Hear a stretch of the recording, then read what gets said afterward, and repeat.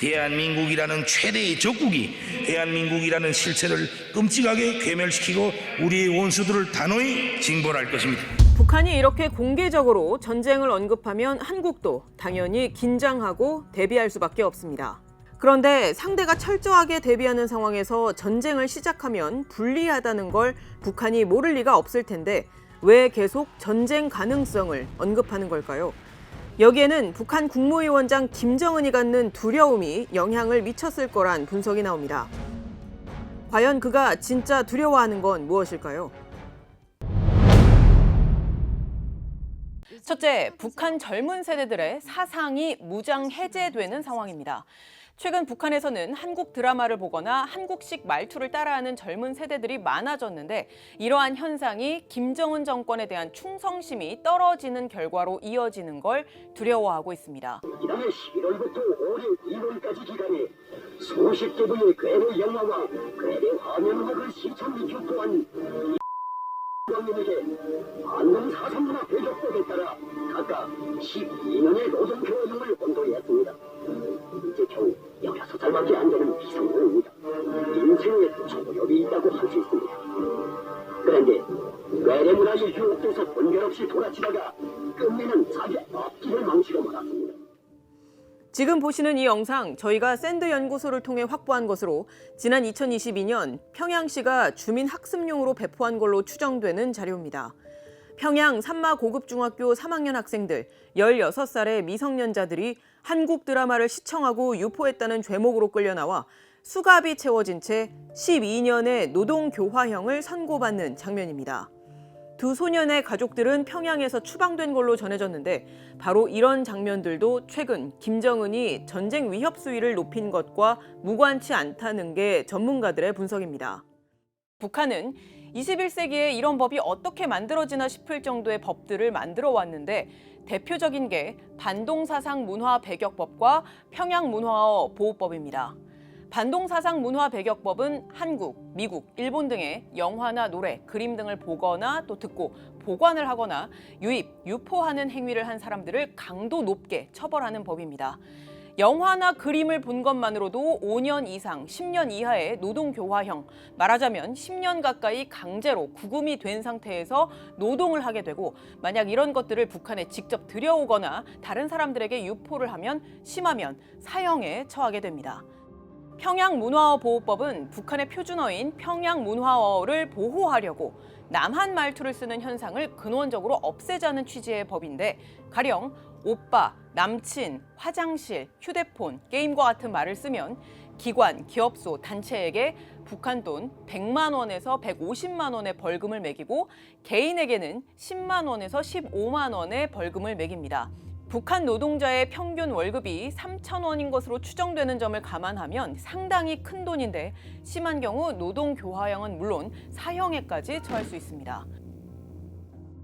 김정은 위원장의 입장에선 이렇게 법까지 제정을 해도 북한 주민들이 한국에 대한 동경과 호기심을 계속 갖는 양상이 이어지니까 아예 한국을 완전한 적대국으로 만들어서 한국의 문화가 스며들 토대까지 없애버리려고 한 겁니다.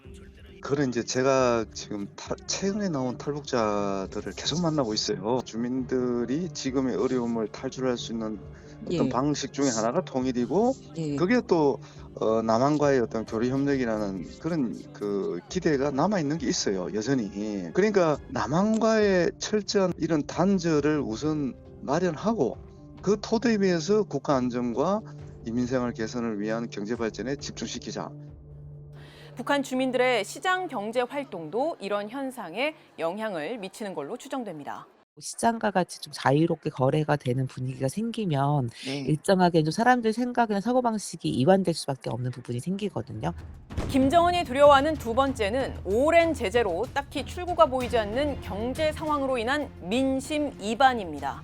지금 보시는 건 한국은행이 추정한 한국과 북한의 경제 성장률인데 빨간색이 북한, 파란색이 한국입니다. 빨간색 북한 GDP를 보시면 국제사회의 강도 높은 제재가 이루어진 2016년, 2017년 이후 약간의 오르내림이 있긴 하지만 전반적으로 좋지 않은 상황이 이어지는 걸 볼 수 있습니다. 2022년 8월 이후로는 무역도 그리고 이제 전반적인 경제 상황도 여전히 안 좋은 상황인데 최근 한 1, 2년 동안은 그래도 뭐 최악의 상황은 벗어난 그 정도라고 말씀드릴 수 있습니다. 이런 상황 인식에 따라서 김정은이 경제 발전이나 인민 생활 개선에 주력하는 모습인데 이런 모습은 연설문의 분량과 내용 자체에서도 고스란히 드러납니다. 시정연설 전체 분량은 글자 크기를 10으로 했을 때 A4 용지 약 17페이지 정도 되는데 전쟁 관련 언급은 5페이지 분량인데 반해서 경제 발전과 인민 생활 개선 내용은 나머지 대부분을 차지합니다. 김정은 위원장 본인의 표현만 봐도 얼마나 심각한 수준인지 알 수 있습니다. 지방 경제가 한심한 상태이고 공장다운 지방 공장이 하나도 없는데 간부들은 뜨뜻미지근한 말이나 계속하고 있고 또 속수무책으로 앉아있다라고 했습니다.